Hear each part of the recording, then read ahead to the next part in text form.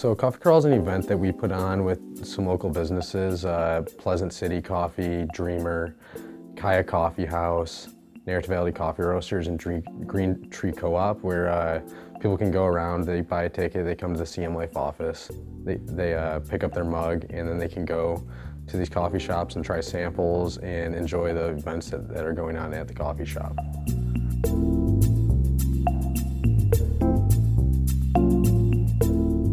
Narrativity started in 2014. We started roasting coffee. It was a hobby of Aaron's for a long time, and it was something, having a coffee shop was always something we wanted to do. But the more we looked into it and played around with the idea, the more we realized we wanted to start with the roasting aspect of things, so that we could have a product that we owned, that we were proud to serve, that we had control over.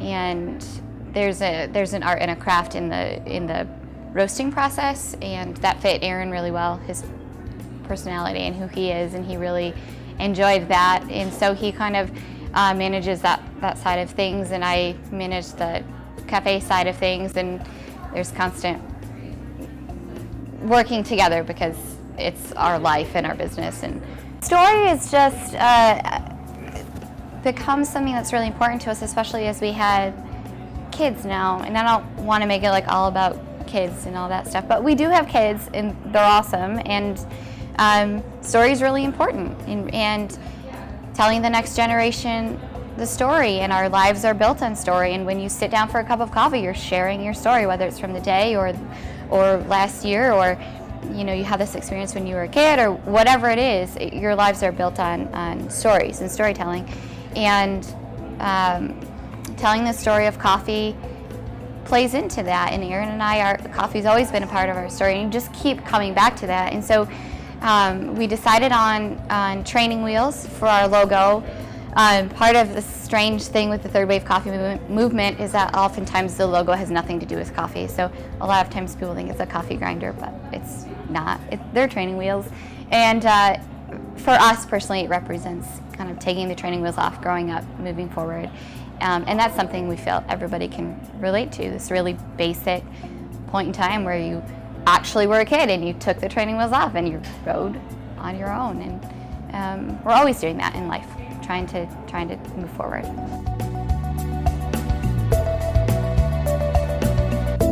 Pleasant City Coffee started almost 3 years ago now. September will be 3 years, and I wanted to bring a central place for people to come downtown Mount Pleasant to support the downtown business district and bring the community together around a good cup of coffee. I like coffee because coffee says community. People come together over a cup of coffee or a cup of tea, and there wasn't an actual coffee shop in Mount Pleasant at that point downtown. There used to be when I worked years ago, and it was a place I learned from the community aspect of that first experience, that people come together, ideas happen, things change, movement happens with the community, and people need coffee to get through their day, and so coffee was an easy way to start with my experience. We work with Uncommon Coffee Roasters. I think that's a unique product because they go and travel to all the sources that they bring back to the country, because coffee doesn't really grow in the United States, obviously not in Michigan. And so to bring those products to us without any other way for me to do that, they go right to the farms, make sure there's no child labor, make sure they use sustainable environmental processes, and the water, in Peru, for instance, that we have now, they're making sure that they keep the water flowing and in clean, sustainable ways. And I really like those ability for them to go do that for me, and I can bring it to Mount Pleasant, which is an amazing concept. Creativity, comes with the element of drinking coffee. A lot of folks, when they get in the creative moment, they're drinking coffee, they're presenting themselves to a higher element, which is the vibration of caffeine, right? And I think when you go to a coffee shop, you see that there's culture. There's people in different ways presenting different ideas, and with art you can do that in a coffee shop. The name itself, Pleasant City, is every city can be a pleasant city. And I think that is what the philosophy is of Pleasant City Coffee. It's not just about the shop, not just about coffee, it's that the city around us can be a pleasant place to live. So you come to Pleasant City for a cup of coffee, it's a pleasant experience.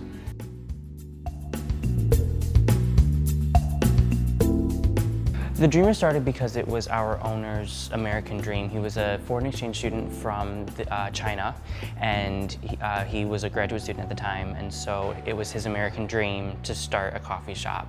And that's where we got our name from. That's why we call our customers Dreamers, because everyone who walks through the door, they're part of that American dream and keeping that dream going. And that's how we got our start and why we're here today. I think for our role in the community, we're still trying to figure that out. We're still very much a baby business. We're not even 3 years old. So I think by being in the community, we're sort of starting to figure out what our role is, but I don't think we know it just yet. We do have our plans. We have a plot out back that we'd really like to turn into a community garden, just because there isn't any this far south of downtown. We definitely like to think of ourselves as a safe space because we have so many people from all over the world, and it is sort of kind of a scary time for many people and for many different groups on campus. This is somewhere that you can come and you can be yourself. You can, have your latte in a neutral space and in a loving space. And because that's what we really, there's a lot of love that goes into your coffee, and there's a lot of love that we want to put out into the community. And we're still figuring out how to do that, but I think by being a safe space and by being conscious of the environment with our cleaning products and our light bulbs and all those little things that hopefully will grow into a bigger impact, I think that's a good place for us to start with our role in the community. For the Coffee Crawl, we're going to have our community canvas for the 3rd year in a row. And all that is we have a canvas, and it doesn't matter who you are, what your artistic ability, come in, and even if it's just a brush stroke on there, get some paint on there, get something up, and be a part of that. We love, and again, the community is going to be what's going to decorate our walls, and we love having a piece that is not just one artist, it's everyone who can come through. From 6 to 9, we're going to be having some people perform music, even poetry. We haven't actually locked down our artists just yet, but we're working on that. So from 6 to 9, come on in, stop by, and we're going to have drink specials, we're going to have samples, and it's going to be a good time. We're really excited. We look forward to Coffee Crawl every year.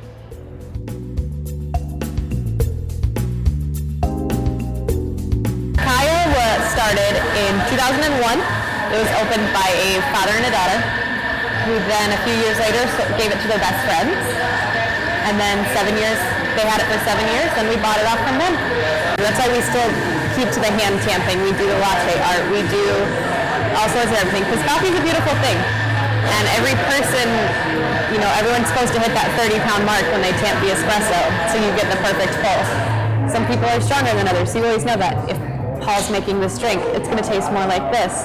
If Emily's making this drink, it's going to taste more on the sweeter side. So you always know that it's going to be different, but in a positive way, because it's your own creation of what you think is great.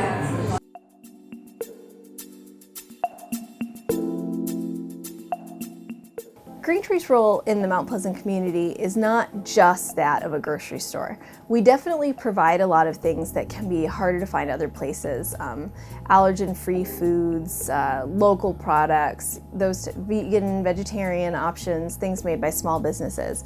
But beyond just having those products, we're also supporting those small industries. We're supporting the farmers. We're providing them an outlet to reach consumers that they wouldn't be able to reach on their own. Same thing with, we have a woman who hand makes chapstick, and we carry her chapsticks. We have soaps made by a person who used to order for our wellness section. We help build these connections and give people a place to reach out to the rest of the community. And then on top of that, I think it's also just really good to have this place that can be more responsive to your needs. If a person goes into a large grocery store and they can't find the item that they want, a lot of the time you're just out of luck. Whereas here we can say, we're gonna look through all of the companies that we order from, we're gonna talk to our local people, and we're gonna find you something, and we can order it just for you if we want to. So besides the economic things and the choice that we provide in the building, we also offer a kind of flexibility and ownership of your choices that isn't available everywhere else. So in addition to being focused on companies that use renewable energy, that use minimal packaging and those types of things, we're also concerned about production standards beyond just organic. There are some crops that are particularly problematic the way that they're usually produced, two of the big ones being chocolate and coffee. Coffee can be really hard on the environment, and there are actually a lot of issues facing coffee farmers right now in terms of like increased heat and humidity causing coffee rust, causing plants to die.